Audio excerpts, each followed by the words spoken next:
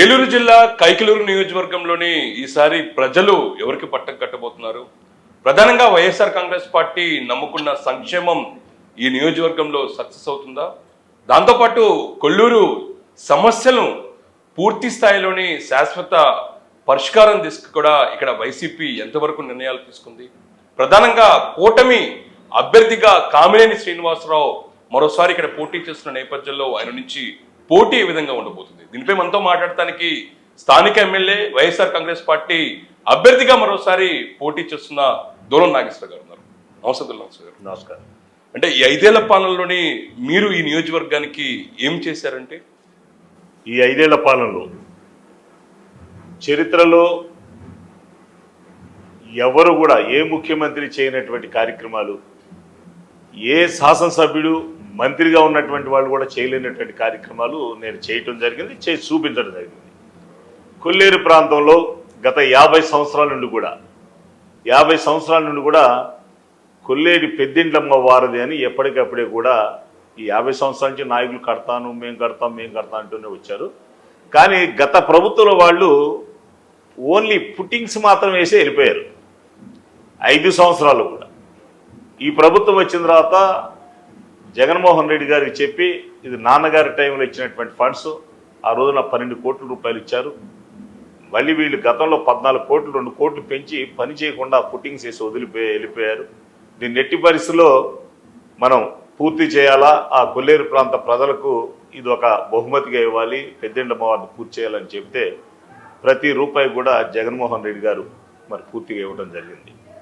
ఇచ్చి అది పూర్తి చేశాం. ఈ రోజున సరాసరి కొల్లేరు ప్రాంత గ్రామాల్లోకి సరాసరి లారీలు, బస్సులు, వ్యాన్లు మొత్తం వెళ్తున్నాయి. ఇవాళ ఎంతో ప్రజలందరూ కూడా ఆనందిస్తున్నారు. అంతేకాదు కొల్లేరు పెద్దింట్లమ్మ అమ్మవారి దేవాలయం ఎదురుగా అనివేటి మండపం అని ప్రైవేటుగా ప్రభుత్వం నుంచి 1 రూపాయి కూడా లేకుండా సరాసరి 5 కోట్ల రూపాయలతోటి నా కుటుంబం నుంచి కానివ్వండి, నాకు స్నేహితులు మిత్రులు ఇచ్చినటువంటి వాటితో బ్రహ్మాండంగా ఒక అనివేటి మండపాన్ని నిర్మాణం చేశాము. బ్రహ్మాండంగా ఉంది ఇవాళ అక్కడ. అది కొల్లేరు ప్రజలకు ఒక బహుమతికి ఇస్తున్నాం. అంతేకాదు కొల్లేరు ప్రాంతంలో చుట్టుపక్కల 2 మండలాలు, కైకలూరు, మండవల్లి మండలాలు ఉన్నట్టు కొల్లేరు ప్రాంత ప్రజలకు ఒక ధైర్యాన్ని ఇచ్చాము. ఏమిటి ఆ ధైర్యం అంటే, ఈ ప్రాంతంలో రేపు ఇప్పటికే రోడ్ల నిర్మాణం కూడా చేయటం జరుగుతుంది.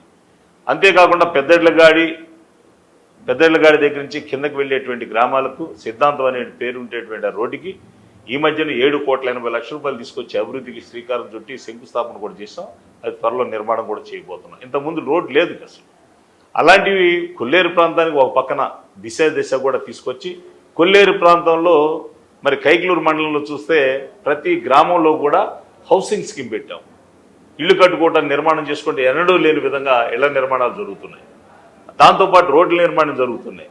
మౌలిక వసతులు ప్రజలకు కావాల్సినటువంటి, ఇంట్లో ఆడబిడ్డకు కావాల్సినటువంటి తాగునీటి సమస్యను పూర్తిగా నివారించడానికి ప్రత్యేకంగా నిధులు ఇచ్చి పైప్ లైన్స్ వేసి వాళ్ళు నీళ్ళు ఇస్తున్నాం.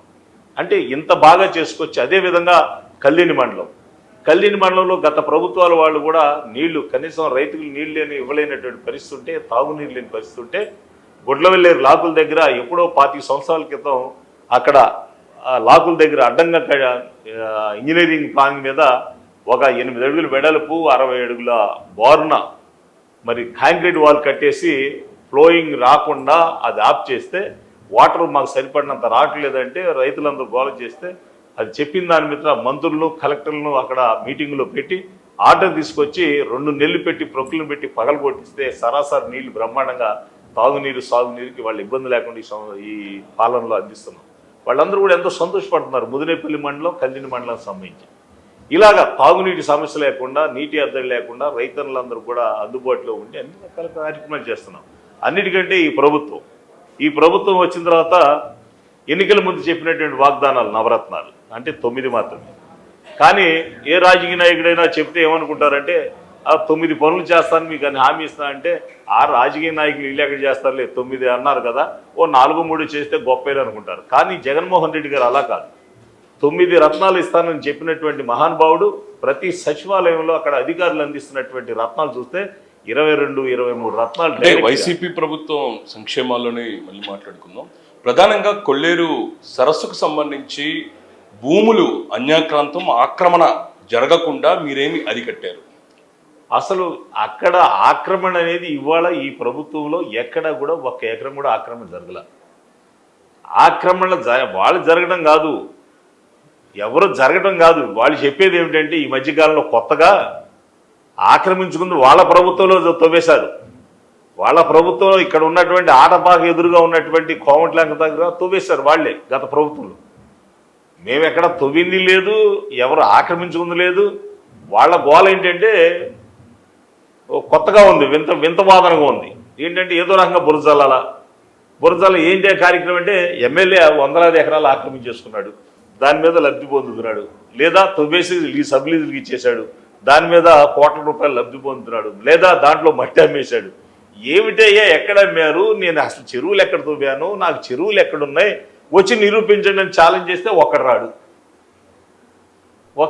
ఎందుకు కైకలూరు నియోజకవర్గంలోని రాజకీయాలన్నీ కూడా కొల్లేరు చుట్టూ తిరుగుతుంటాయి?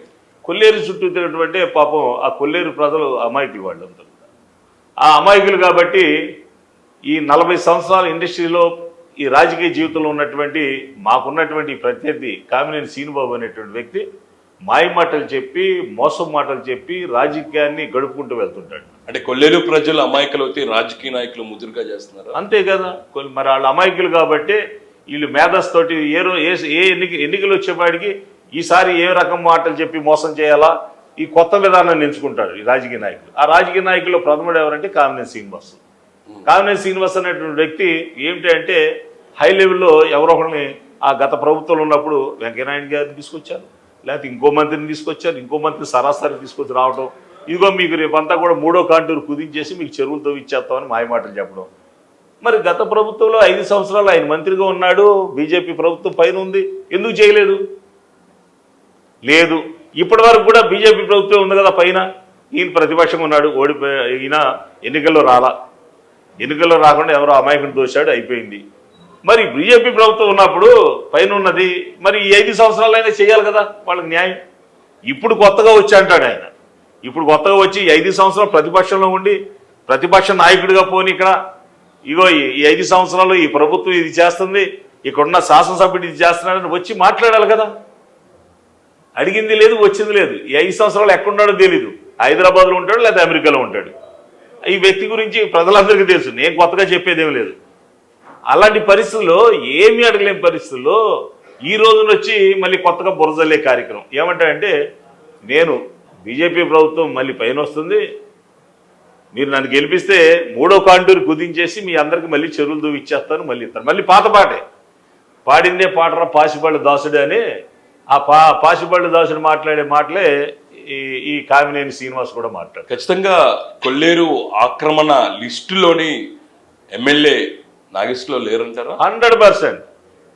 100% ఛాలెంజ్ చేస్తాను, ఎవరితోనైనా ఛాలెంజ్ చేస్తా. తప్పు చేసిన వాడు ఛాలెంజ్ చేయలేడు కదా, ఎక్కడికి రమ్మన్నా వస్తా. అది దమ్ముగా మాట్లాడగలను, ఎందుకంటే నిజాయితీగా ఇక్కడ రాజకీయాలు చేస్తున్నాను, నిబద్ధతగా రాజకీయాలు చేస్తున్నాను కదా, ఎవరితోనైనా ఛాలెంజ్ చేస్తాను. ఆ మధ్య చంద్రబాబు నాయుడు కూడా అలాగే చింతలపూడి మీటింగ్లో కూడా ఇలా మాట్లాడాడు. అసెంబ్లీ లాస్ట్ రోజున మేము బయటకు వచ్చి అక్కడే కూడా మేము మాట్లాడాం, చంద్రబాబు ఎందుకు పాసి మాటలు మాట్లాడుతున్నావు, నీ దమ్ముంటే నిరూపించు. నువ్వు మాట్లాడేటప్పుడు నీ పక్కన మాగంటి బాబు గారు కూడా ఉన్నాడు, మాగంటి బాబు గారు గుండెల మీద చేసి చెప్పమను. డిఎన్ఆర్ ఎక్కడన్నా ఆక్రమించుకున్నాడా, డిఎన్ఆర్ చెరువులు ఉన్నాయా? అసలు డిఎన్ఆర్ ఆక్రమించుకోవడమే కాదు, అసలు మేము లీజు కూడా చేయము అక్కడ కొల్లేరు ప్రాంతంలో. ఏమిటి అంటే రాజకీయంగా తట్టుకోలేక ప్రజల్లో ఉన్న ఈ ప్రజా వెల్లువ, జగన్మోహన్ రెడ్డి గారి మీద ఉన్నటువంటి ఈ ప్రజా వెల్లువ చూసి ఈర్ష్యపడుతూ ఏదో రకంగా బురద జల్లాలి డిఎన్ఆర్ మీద, జగన్మోహన్ రెడ్డి గారి మీద బురద జల్లాల అనేటువంటి పరిస్థితి తప్ప ఇంకా ఏమీ లేదు. ఎందుకు ఇంత చుట్టుపక్కల వాటర్ రిసోర్సెస్ ఉన్న కైకలూరు నియోజకవర్గంలోని త్రాగునీటి ఇబ్బంది ఎందుకు వస్తుంది అంటే ఒకటే అండి, ఇది కృష్ణా జిల్లాలో శివారు ప్రాంతం, పాత కృష్ణా జిల్లాలో శివారు ప్రాంతం కాబట్టి వాటర్ కృష్ణా జిల్లా నుంచే రావాలా. శివారు ప్రాంతం వెళ్తే ఉప్పుటేరు, లేదా అక్కడికి వెళ్తే ఈ పక్కకి వెళ్తే సముద్రం, ఇక్కడ ఏమేమి ఉండదు. ఇంకా ఇటు కొల్లేరు, ఇటు ఉత్తరాన కొల్లేరు, తూర్పుకి వెళ్తే ఉప్పుటేరు, ఇంకా అటు దక్షిణానికి వెళ్తే సముద్రం వస్తుంది. మీకు దగ్గరలోనే కొల్లేరు అతిపెద్ద మంచినీటి సరస్సు ఉన్నా సరే ఇలాంటి పరిస్థితి ఎందుకు నెలకొంది? అది మహానుభావులు పూర్వం ఈ 50-100 సంవత్సరాల నుంచి కూడా విజయవాడలో ఉన్నటువంటి ఫ్యాక్టరీల కాలుష్యం అంతా దీంట్లోకి వస్తుంది. ఆ కాలుష్యంతో కొల్లేరు అంతా కాలుష్యం అయిపోయింది. అంతే, అంతకంటే ఇవాళ కొత్తగా ఏం కాదు. అంటే ఈ అత్యధికంగా చెరువులు, చేపల చెరువులు ఉండటం వల్ల డ్రింకింగ్ వాటర్ని ఎక్కువగా వాళ్ళు తీసుకుంటున్నారు, త్రాగునీటికి ప్రజలకు ఇబ్బంది వస్తుంది, అలాంటి సమస్యలు మీరు అసలు దీని సమస్య అనేది కొల్లేరు అనేది ఎప్పుడో కలుషితం అయిపోయింది. కొల్లేరు అనేది ఎప్పుడో కలుషితం అయిపోయింది. దాని గురించి ఇవాళ కొత్తగా ఏం లేదండి. అంటే మంచినీటికి సంబంధించి చెరువుల వల్ల ఇబ్బంది మంచినీటికి ఆ చెరువుల వల్ల ఇబ్బంది ఏం లేదు, ఆ చెరువుల వల్ల ఇబ్బంది ఏం లేదు. అందుకే మంచి నీటి వసతుల కోసం తాగునీటి సమస్యను నివారించడానికి ప్రత్యేకంగా ఎక్కడికక్కడే పైప్ లైన్స్ వేసి అంతా కూడా తాగునీరు అందిస్తున్నాం. ప్రధానంగా సంక్షేమం సంబంధించి వైసీపీ కేర్ ఆఫ్ నవరత్నాలు అన్న నేపథ్యంలోని కైకిలూరులోని నవరత్నాల సంక్షేమాన్ని ఎంతవరకు అమలు చేశారు? ప్రజల నుంచి స్పందన ఏ విధంగా ఉంది? బ్రహ్మాండంగా ఉందండి. నవరత్నాలు అనే పథకాన్ని ఎక్కడ అవినీతి తావు లేకుండా, దళారీ వ్యవస్థ లేకుండా సరాసరి అందించడం జరిగింది. అదే ఇవాళ పేద బడుగు వర్గాలు కానివ్వండి, మధ్యతరగతి వర్గాలు కానివ్వండి, 100కి 85% ప్రతి కుటుంబానికి కూడా సంక్షేమం వెళ్తున్నాయి.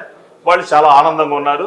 జగనన్న ప్రభుత్వం కావాలి, జగనన్న మళ్ళీ ముఖ్యమంత్రి కావాలని వాళ్ళు చక్కగా వాళ్ళందరూ ఆశీర్వాదిస్తూ ఇవాళ డిఎన్ఆర్ అన్న, ఇవాళ ఎంపీ గారు సునీల్ కుమార్ యాదవ్ గారికి ఎమ్మెల్యేగా మళ్ళీ రెండోసారి పోటీ చేస్తున్న మీకు మేము ఓట్లు వేస్తామని కూడా చెప్పడం జరుగుతుంది. అంటే బీజేపీ నుంచి కామినేని గారు, వైసీపీ నుంచి మీరు పోటీ చేస్తున్న నేపథ్యంలో లోకల్ నాన్ లోకల్ నినాదాన్ని ఎందుకు తీసుకెళ్తున్నారు? వాళ్ళు ఉండరండి ఇక్కడ, వాళ్ళు ఆయన ఇక్కడ ఉండండి.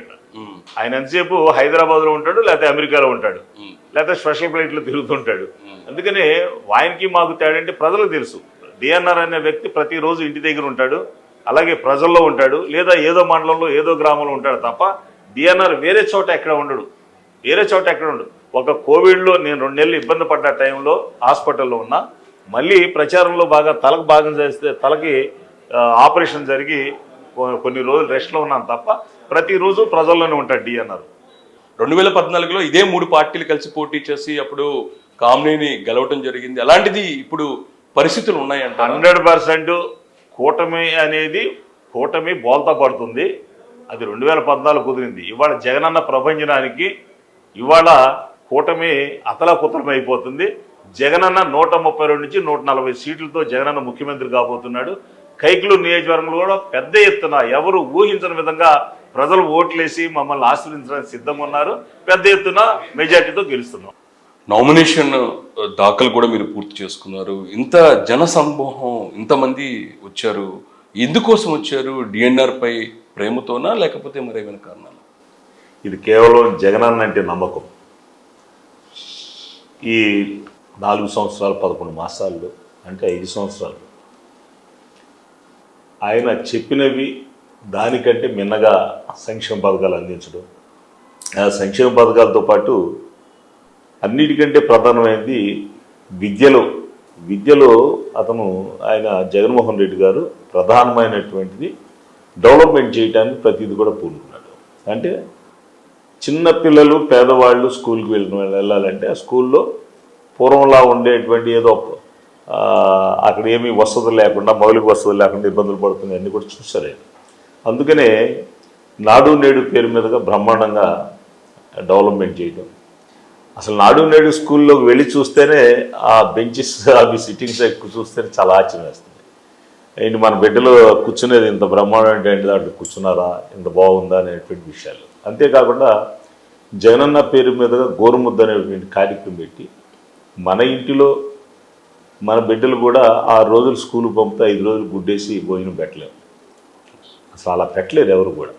అది చాలా కాన్సెషన్గా జగనన్న గోరుముద్ద చక్కని భోజనం పెట్టి పిల్లలు బలంగా ఉండాలి, ఆరోగ్యంగా ఉండాలి. ఆరోగ్యం ఉంటే మంచి చదువుల్లో మంచి మెరిట్కి వస్తారని ఆయన ఆలోచన. అంటే ఆ రకంగా నాడు నేడు పేరు మీదుగా స్కూల్స్ కానివ్వండి, హై స్కూల్స్ కానివ్వండి, కాలేజీలు కానీ ఎక్కడికక్కడ డెవలప్మెంట్స్, అలాగే విద్యలో ఎంత డెవలప్మెంట్ ఉందో అలాగే వైద్యానికి కూడా అంత ప్రాధాన్యత ఇచ్చాడు. వైద్యానికి కూడా ప్రాధాన్యత ఇచ్చి ఆరోగ్య సురక్ష కార్యక్రమం చేసి జగనన్న ఆరోగ్య సురక్ష కార్యక్రమం పెడితే ఆంధ్రప్రదేశ్ అంతా కూడా ఎక్కడ చూసినా ప్రతి నియోజకవర్గంలోనూ ప్రతి గ్రామాన ఆరోగ్య సురక్ష కార్యక్రమం పెట్టి ఈ ఏఎన్ఎంలు, ఆశా వర్కర్లు, వాలంటీర్స్తో ఇంటింటికి తిరిగి ఇంట్లో ఎంతమంది మెంబర్లు ఉన్నో వాళ్ళందరూ కూడా బ్లడ్ టెస్టులు చేసి మళ్ళీ 4-5 రోజుల్లోనే ప్రధానంగా పెద్ద డాక్టర్లు ఆ గ్రామం తీసుకొచ్చి ఆ డాక్టర్లతో పరీక్షలు చేయించి టెస్టులు కానీ ఇవి కానీ ఎక్కడ ఏ ఇబ్బందులు ఉంటే వెంటనే రెక్టిఫై చేయడం. ఎక్కడైనా పెద్ద ఏదైనా సీరియస్గా ఉంది వాళ్ళంటే వెంటనే హాస్పిటల్ పంపించి వాళ్ళకి 10 లక్షలైనా 15 లక్షలైనా 20 లక్షలైనా వాళ్ళకి వైద్యం చేయించడం. ఇదంతా చూసిన తర్వాత ఆరోగ్య సురక్ష జగనన్న ఆరోగ్య సురక్ష కార్యక్రమం చేపట్టిన తర్వాత అక్కడక్కడ పెద్ద పెద్ద జబ్బులు ఉన్నాయి కూడా బయటపడడం. మరి దానికి అంత డబ్బులు ఖర్చు పెట్టంటే 5 లక్షల రూపాయలు ఉండేటువంటి ఆరోగ్య సురక్ష ఆరోగ్యశ్రీ కార్యక్రమాన్ని దీన్ని ఎలా చేయాలని ఆలోచన చేసి ఆరోగ్యశ్రీ కార్డు వాల్యూ 25 లక్షల రూపాయలు చేశారు. అంటే ఆ కుటుంబంలో ఎంతమంది సభ్యులు ఉంటారో ఆ సభ్యులతో కలిపి ఆ కార్డు మళ్ళీ కొత్తగా ఆరోగ్యశ్రీ కార్డులు ఇవ్వటం. ఎంతటి ఊహించనటువంటి దురదృష్టవశాత్తు ఎలాంటి జబ్బు వచ్చినా 10 లక్షలు 15 లక్షల రూపాయలు కార్పొరేట్ హాస్పిటల్లో వైద్యం చేయించుకోవడానికి ఆరోగ్యశ్రీ ఉన్న హాస్పిటల్ మరి 25 లక్షల రూపాయలు ఇవ్వటం అంటే అసలు వాళ్ళు ఎలాంటి అప్పు చేసుకోవాలనో లేకపోతే మనం ఏమీ ఖర్చు పెట్టుకోలేము, చనిపోవడం తప్ప మన ఇంట్లో కుటుంబ సభ్యుల ఇబ్బంది జరిగిన వాళ్ళు అంతకంటే చేయలేనటువంటి పరిస్థితి. అది ఒక ఇవాళ పూర్తిగా ఆరోగ్య భరోసా ఇచ్చి ఆరోగ్యశ్రీ కార్డుని 25 లక్షల రూపాయలు చేయడం అది పెద్ద గొప్ప విషయం. అది అందుకు ప్రజలందరూ కూడా ఒక నమ్మకాన్ని పెంచుతున్నారు. మళ్ళీ జగనన్నే రావాలి, జగనన్నే కావాలి అనేటువంటిది నినాదం బాగా ప్రజల గుండెల్లో ఉంది. ఇవాళ దాని ఫలితాలే ఈ రోజున ఇవాళ డిఎన్ఆర్ ఇవాళ శాసనసభకు మళ్ళీ శాసనసభ్యుడిగా నామినేషన్ వేస్తున్నాడంటే మేమే ఊహించలే అన్ని వేల మంది వస్తారు. చాలా ప్రభంజనంలో వచ్చారు. చాలా సంతోషంగా ఉంది. ఇంకా మరో విమర్శ ప్రధానంగా కైకలూరులో ఉన్న ఆక్వా పరిశ్రమని వైసీపీ ప్రభుత్వం వచ్చిన తర్వాత పూర్తిగా నాశనం చేశారు అనేది మాత్రం ఇటు బీజేపీ నుంచి కామినేని శ్రీనివాసరావు విమర్శిస్తూ ఉన్నారు. ఆయనకి అవన్నీ కూడా చేతగాని మాటలు. ఇప్పుడు బీజేపీ నుంచి ఆయన విమర్శించడానికి పోనీ స్టేట్లో ఇక్కడ ఉన్నారు, ఇక్కడేమీ ఆక్వా పరిశ్రమ ఆయన పాడు చేయడం అనేది ఏదీ లేదు. బ్రహ్మాండంగా కరెంటు రూపాయన్నరకు ఇస్తున్నారు, రూపాయన్నరకు కరెంట్ ఇచ్చారు. 10 ఎకరాల్లో మళ్ళీ 10 ఎకరాలు వరకు పెట్టారు. సిస్టమ్స్ చాలా బ్రహ్మాండంగా ఉన్నాయి. ఎక్కడ కరెంటు మాకు రాత్రి కరెంటు పోయిందనో కరెంటు పోయిందనో అనేది బాధే లేదు, ఇబ్బందులు లేవు, బ్రహ్మాండంగా ఉన్నాయి. అనేక విధాలుగా కూడా అనేక చోట్ల కరెంటు అవసరం ఉన్నటువంటి మా కైకలూరు నియోజకవర్గంలో ఎక్కువ అవసరం కాబట్టి ఈ ఆక్వా రంగం ఎక్కువ కాబట్టి అనేక సబ్స్టేషన్లు కూడా కొత్తగా నిర్మాణం జరగడం జరిగింది. ఇంకా కొత్తగా శాంక్షన్ అయినవి కూడా ఉన్నాయి. అసలు ఎలాంటి ఇబ్బంది లేదు. ఆయన చెప్పేదానికంటే ఇప్పుడు బీజేపీ ప్రభుత్వం పైన బీజేపీ ప్రభుత్వం ఉంది కదా, కేంద్రం నుంచి దానికి సంబంధించిన ఇంకేమన్నా ఆక్వా పరిశ్రమ సంబంధించిన ఉంటే ఆయన అక్కడి నుంచి శాంక్షన్ చేసి తీసుకురావాలా. ఏం చేశాడు పోయిన ఆయన అని చెప్పమనండి. ఏమి చేయడు. అది ఇవాళ ఈ రాష్ట్ర ప్రభుత్వం జగనన్న ముఖ్యమంత్రిగా ఉండగా ఆక్వా పరిశ్రమను ఆదుకున్నాడు. కోవిడ్ టైంలో ఎన్ని ఇబ్బందులు పడ్డాం.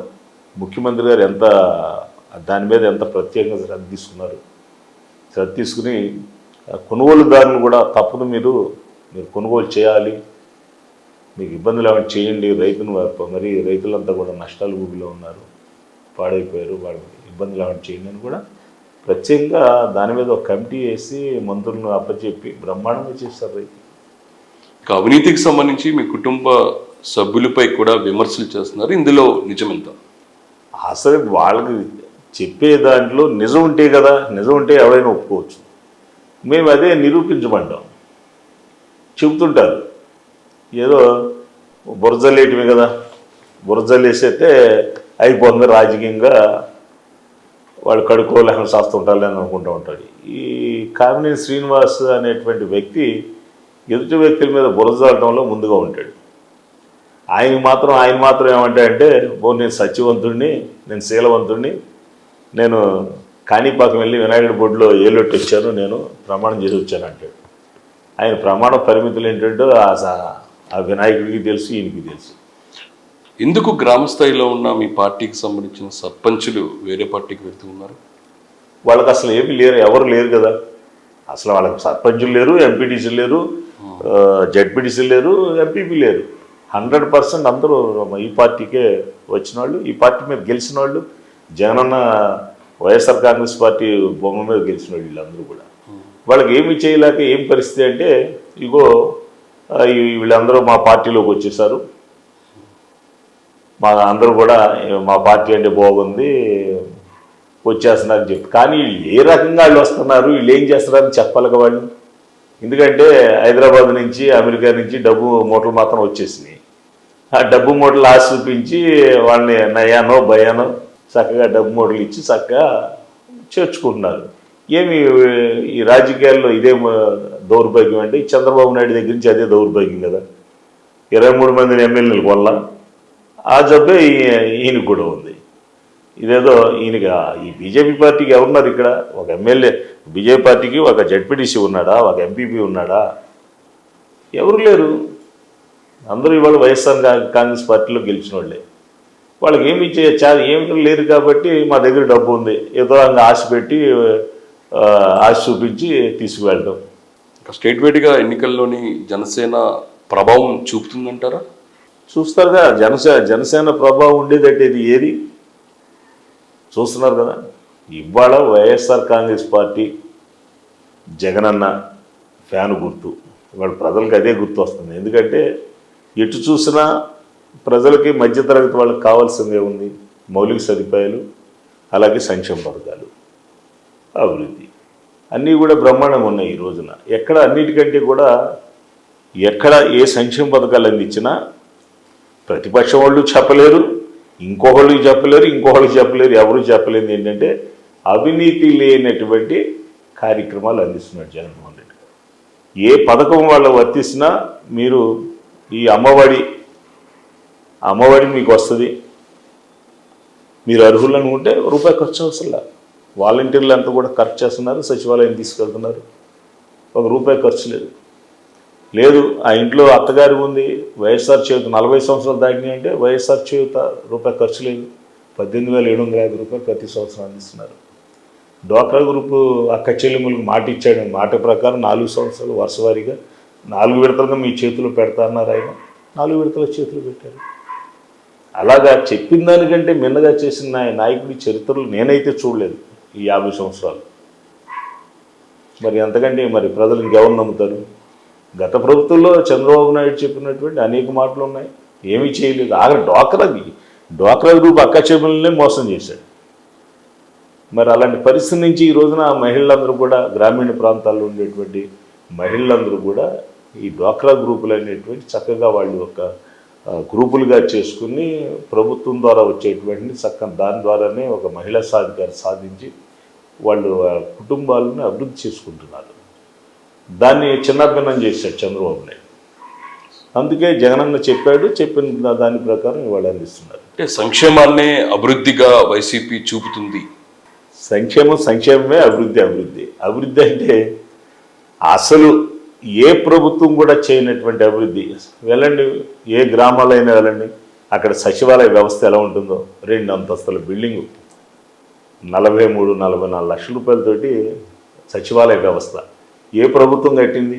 చంద్రబాబు నాయుడు ఎప్పుడైనా ఒక గ్రామాల్లో సచివాలయం ఏదైనా ఒక సచివాలయం కట్టాడా? నా కైకలూరు నియోజకవర్గంలో 79 సచివాలయాలు ఉన్నాయి. అంటే ఎంత ఉంది చూడండి, లెక్కేసుకోండి.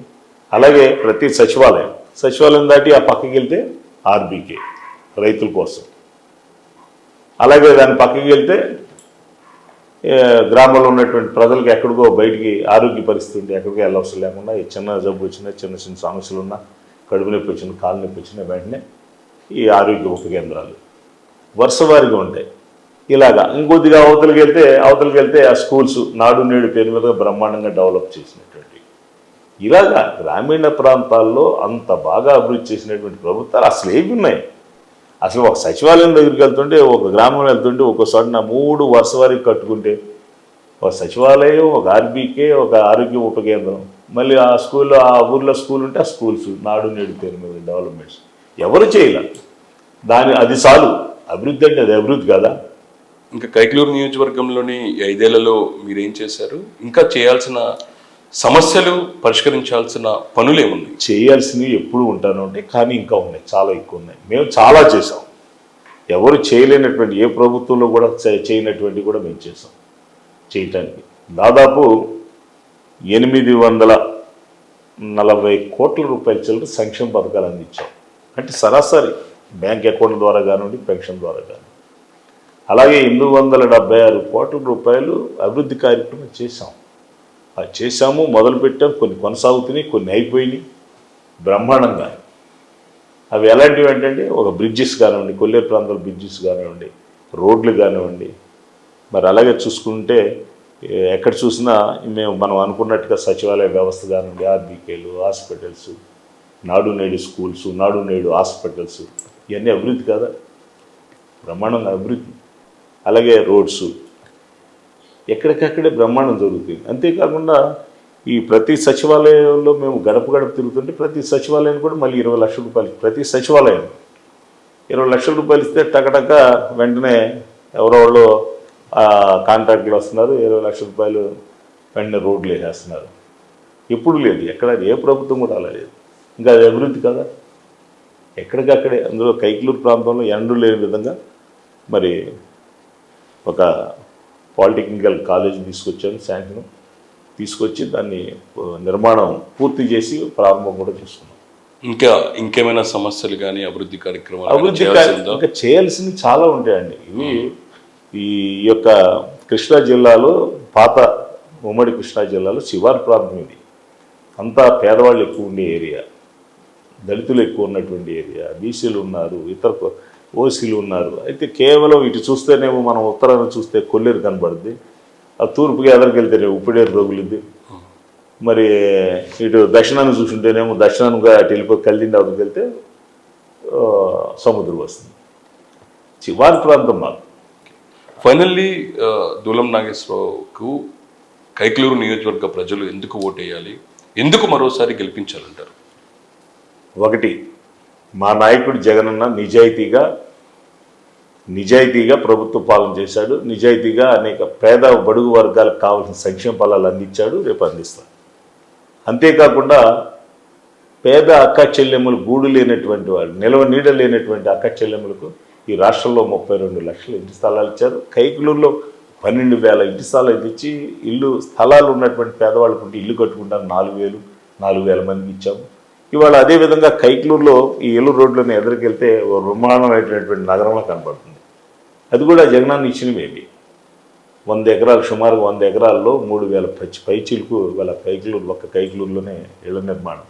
మరి పేదవాళ్ళకి ఒక ప్రాంతంలోని 3,000 ఇల్లు స్థలాలు ఇవ్వటువంటి పేదవాళ్ళు ఏం చేస్తారు చెప్పండి? బ్రహ్మాండంగా ఇల్లు కట్టుకున్నారు, అప్పు చేసేది సరే. మరి అది అభివృద్ధి కదా? అసలు మౌలికంగా ఇవాళ ఈ వసతులు అనే దాంట్లో ఇవి కూడా ఇంటి స్థలాలు ఇస్తేనే కదా. పేదవాడు ఎక్కడ ఉంటాడు? కొనుక్కోలేడు. ఇవాళ కైకలూరులో ఇంటి స్థలం సెంటు 10 లక్షలు అంటే లేదు, సెంటున్నర స్థలం ఇచ్చారు. 15 లక్షల రూపాయలు ఇంటి స్థలం ఇచ్చినట్టే ముందు. అంటే ఇవన్నిటిని కూడా తీసుకుంటే ఇంకా చేయవలసినవి ఇంకా ఉన్నాయి. ఇప్పుడు ఇంటి స్థలాలు ఇచ్చాము, కైకలూరులో 12,000 ఇంటి స్థలాలు ఇచ్చాం. వీటిలన్నింటిని కూడా రేపు పూర్తి చేయాలి. ఇంకా ఇళ్ల నిర్మాణం చేసుకుంటారు వాళ్ళందరికీ ఇంకా మేము వెనకాల ఉండి సహాయం చేయాలి. సహాయం చేసి వాళ్ళని కూడా చక్కగా ముందుకు నడిపించే విధంగా తీసుకువెళ్ళాలి. వాళ్ళకి కావాల్సిన మౌలిక వసతులు ఇవ్వాలి, అక్కడ డ్రింకింగ్ వాటర్ ఇవ్వాలి, కరెంట్ పోల్స్, ఇంకా అనేక రోడ్స్, ఇవన్నీ చేయాలి. డెవలప్మెంట్ చేయాలి కదా. ఈ ప్రభుత్వం మళ్ళీ జగనన్న వస్తారు, జగన్ వచ్చిన తర్వాత మళ్ళీ ఇవన్నీ కూడా చేసుకుంటూ వెళ్తాం. అలాగే గ్రామీణ ప్రాంతాల్లో బాగా వెనకబడినటువంటి గ్రామాలు ఉన్నాయి, వాటికి ముందు వరుసలోనే ఎక్కువ ఇస్తున్నాం. వాళ్ళు డెవలప్ చేయాలని ఇంకా చేయాలి. అలాగే కొన్ని రోడ్స్ ఉన్నాయి, రోడ్స్ అక్కడక్కడ కొన్ని రోడ్స్ అన్నీ కూడా మాకు శాంక్షన్ వచ్చేసి ఉన్నాయి. టెండర్లు పిలిచారు, సింగిల్ టెండర్ల మీద ఆగిపోయి ఉన్నాయి. అవన్నీ కూడా ఇప్పుడు ఎన్నికల తర్వాత, ఈ ప్రభుత్వం వచ్చిన తర్వాత అవన్నీ పూర్తి చేస్తే రోడ్ల నిర్మాణం దగ్గర నుంచి కూడా అన్ని పూర్తిగా బ్రహ్మాండంగా అన్ని వసతులు ఉన్నట్టు అవుతుంది. ఇంకా చేయాలనే తపన ఉంది, చేయాలా. ఎందుకంటే ఎంత చేసినా నియోజకవర్గంలో చేయవలసినవి ఉంటాయి. అలాగే ఇప్పుడు ఉన్నటువంటి పరిస్థితిలో ఈ ఆక్వా రంగానికి సంబంధించినటువంటి ఈ ఫిషరీస్ పాలిటెక్నిక్ కాలేజ్ కూడా ఒకటి శాంక్షన్ ఇచ్చారు మాకు. ఇప్పుడు ఈ ప్రభుత్వం మళ్ళీ ఆయన ముఖ్యమంత్రి అవగానే మళ్ళీ ఫిషరీస్ పాలిటెక్నిక్ కాలేజ్ కూడా శాంక్షన్ ఇచ్చారు. దానికి కావాల్సినటువంటి మౌలిక వసతులు అంటే స్థలం కొనటం కానివ్వండి, దాన్ని వెంటనే మరి టెండర్ పిలిపించి చేయటం కానివ్వండి, అన్నీ కూడా కావాలా. ఇంకా కైకలూరు నియోజకవర్గానికి ఎలాంటి చేస్తే బాగుంటుంది, ఇంకా ఏది అవసరం అనేది మాకు ఒక ప్రత్యేకంగా దాని మీద ఒక ఐడియా ఉంది. దాన్ని బట్టి కైకలూరు నియోజకవర్గం డెవలప్ చేయటమే కాదు, చేయాలన్నా ఇవాళ జగనన్న ప్రభుత్వం ఉంటేనే చేయగలం, ఎవరు చేయలేరు. అది గత 50 సంవత్సరాల నుంచి చరిత్ర తీసుకుంటే ఈ నియోజకవర్గంలో ఈ యొక్క జగనన్న పాలనలో జరిగిన అభివృద్ధి ఎప్పుడు ఏ పాలనలో జరగలేదు. అది చాలా గొప్ప విషయం. అదైతే ధైర్యంగా చెప్పగలను. Thank you so much DNR గారు, ఆల్ ద బెస్ట్.